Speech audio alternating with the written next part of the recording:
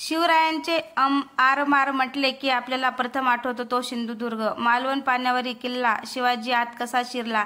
गेल्या 300 वर्षापासून त्या बेगुमान सागरांच्या लाटा झेलत तो देखील तितक्याच बेगुमानपणे इतिहासाची साक्ष देत आपल्या अवैध छाताडावर ऊन पाऊस वारा झेलत उभा आहे. कुलाबा, पद्यदुर्ग, अजनवेल, विजयदुर्ग, सुवर्णदुर्ग, रायगड, खांदेरी, उंदेरी, नळदुर्ग असे समुद्रकिनारी अनेक छोटे मोठे किल्ले महाराजांनी बांधले. जेव्हा स्वराज्याची हद्द समुद्रापर्यंत भिडली तेव्हा आरमार वसण्याची गरज वाटू लागली.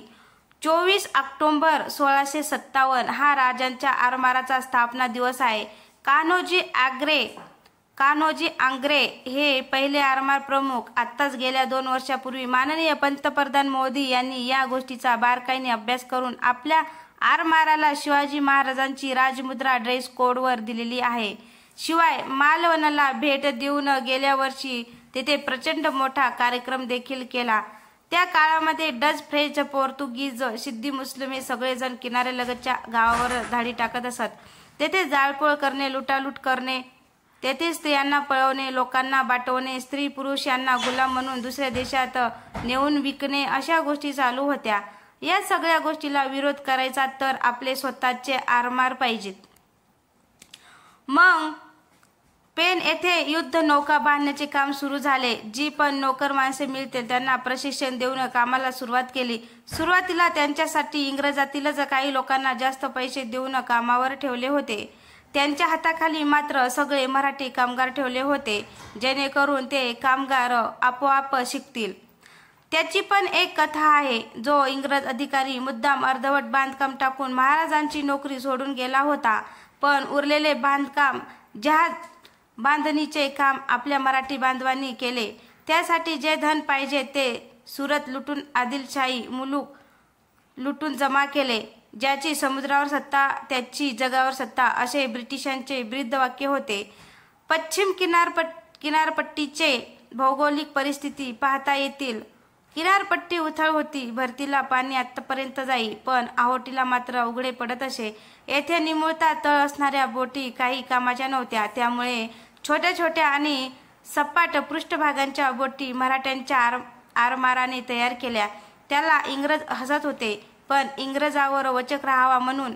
जेव्हा प्रत्यक्षात खांदेरीच्या बेटावरती बांधकाम चालू असताना इंग्रजांनी ही जागा आमची आहे म्हणून तिथे बांधकामाचा मजाव केला. इतकेच काय, बांधकामाच्या ठिकाणी बेटावर येऊन हल्ला देखील केला. पण आमच्या छोट्या छोट्या बोटीने त्यांना सळो की पळो करून सोडले. त्यांच्याशी झुंजत खांदेरीचा किल्ला उभा केला. तेव्हा त्यांना मराठ्याच्या या छोट्या आरमाराचे महत्त्व पटले. ईस्ट इंडिया कंपनीने समुद्रातील बहुतेक शत्रूंना नामोहरम केले होते, परंतु पुढील 100 वर्ष पश्चिमेत काही त्यांना घुसखोरी करता आलेली नाही, कारण शिवाजी महाराजांनी तसे मजबूत आरमार उभे केले होते. सिंधुदुर्गची कथा तर बहुधा सर्वांना माहीतच आहे. महाराज मालवणला गेले असता तेथील समुद्रात त्यांना एक कुर्टे नावाचे बेट दिसले. त्या बेटावरती अभेद्य किल्ला उभा करण्याचा मनसुबा महाराजांनी बोलून दाखवला आणि हिरोजी इंदुलकर यांना सदर किल्ला बांधकामाचा आदेशही दिला. काळा कातळ त्याची रचना. काळ्या कातलावर बांधकाम करण्याचे असल्याचे रुंद पाया घालावा. दोन्ही बाजूला 2-2 हा जागा सोडावी. त्या जागेत तट उभे करता येतील एवढी रुंद जागा सोडलेली असावी. पायात ओतण्यासाठी शिशाची व्यवस्था केली आहे. सर्व माल तपासून मोजून घ्यावा. गोड्या पाण्याची साठवणूक वाळू धुवून घ्या, म्हणजे त्यातला खार टपना निघून जाईल. चुनखडी घाटावरून पाठवत आहो, ती सुद्धा तपासून घ्या. तिच्यामध्ये भेसळ नाही याची खात्री करून घ्या. कामगारांना रोजची मजुरी देत जा इत्यादी सूचना महाराजांनी दिल्या होत्या. आणि महत्त्वाची एक गोष्ट म्हणजे त्यानंतर महाराजांचा मिर्झा राजे जयसिंग बरोबर तह झाला. दिल्लीला औरंगजेबाच्या भेटीला गेले. आग्राच्या कैदेत राहिले. पण इकडे स्वराज्याची घडी विस्कटलेली नव्हती. कशाही परिस्थितीत हिरोजी इंदुलकर यांनी स्वतःचे वैयक्तिक दागिने गहाण टाकून आणि स्वतःकडील धन दौलत वापरून किल्ल्याचे बांधकाम पूर्ण केले. महाराज कैदेत आहेत म्हणून कोणीही हवालदिल झाले नाही. बाबा, आपल्या मोहरक्या आता जाग्यावर नाही, कैदेत आहे, आपण काय करायचे असे काही कोणाच्या मनात आले नाही. याला म्हणतात महाराजांवरील विश्वास. आपल्या पश्चात पुढे 500 वर्षांची स्वराज्याची बांधणी महाराजांनी केली होती. आरमाराच्या बांधणीला लागणारे लाकूड घेताना लोकांकडून विकत घ्यावे. लोकांनी आपल्या मुलाप्रमाणे झाडे वाढवलेली आहेत, त्याचे नासधूस करू नये इत्यादी आदेश त्यांनी पत्रात दिले होते. कान्होजी आग्रे, त्यानंतर मायनाक भंडारी, लाई पाटील, दर्या सारंग, इब्राहिम खान इत्यादी लोकांनी महाराजांचे आरमार सांभाळलेले आहे. 11व्या शतकात चोळ राजा रामराज याचे आरमार होते. त्याचे आरमारावर लक्ष होते. तो अखेरचा हिंदू राजा झाला. त्यांच्यानंतर 600 वर्षांनी महाराजांनी आरमाराची स्थापना केली. गुराबा तरांडी महागिऱ्या ठाणे शहरात आजही महागिरी कोळीवाडा नावाचा भाग आहे.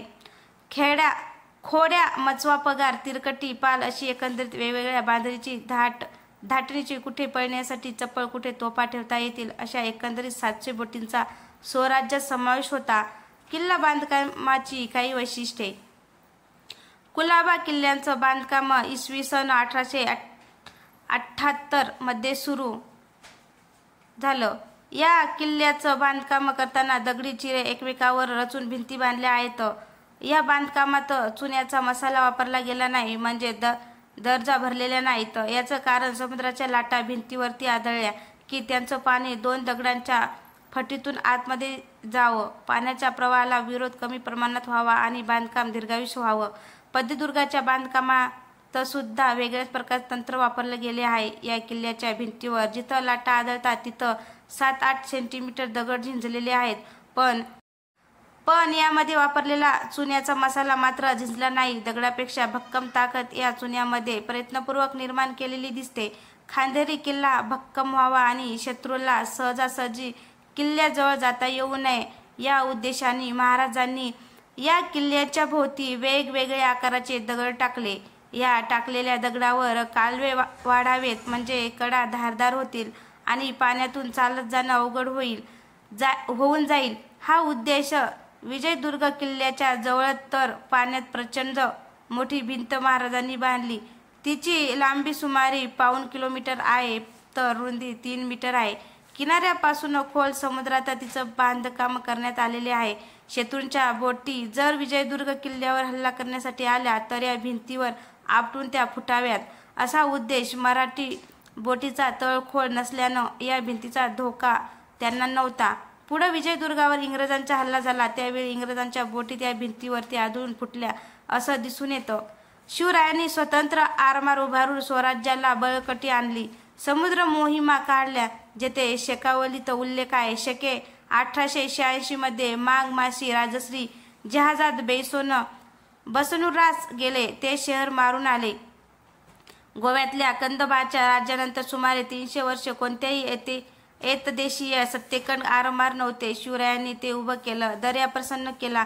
जनहिताचा शिवराज्य निर्माण करायला समुद्रानं साथ दिली. शिवरायांचं आरमार पाहिल्यावर त्यांची विज्ञाननिष्ठा, आधुनिकता आणि भविष्याचा वेध घेण्याची दृष्टी आपल्यासमोर उभी राहते. तर मित्रांनो, तुम्हाला ही कथा कशी वाटली? कथा आवडल्यास लाईक, कमेंट, शेअर करायला विसरू नका. तसंच चॅनलवर कोणी नवीन असेल तर चॅनलला सबस्क्राईब करा. धन्यवाद.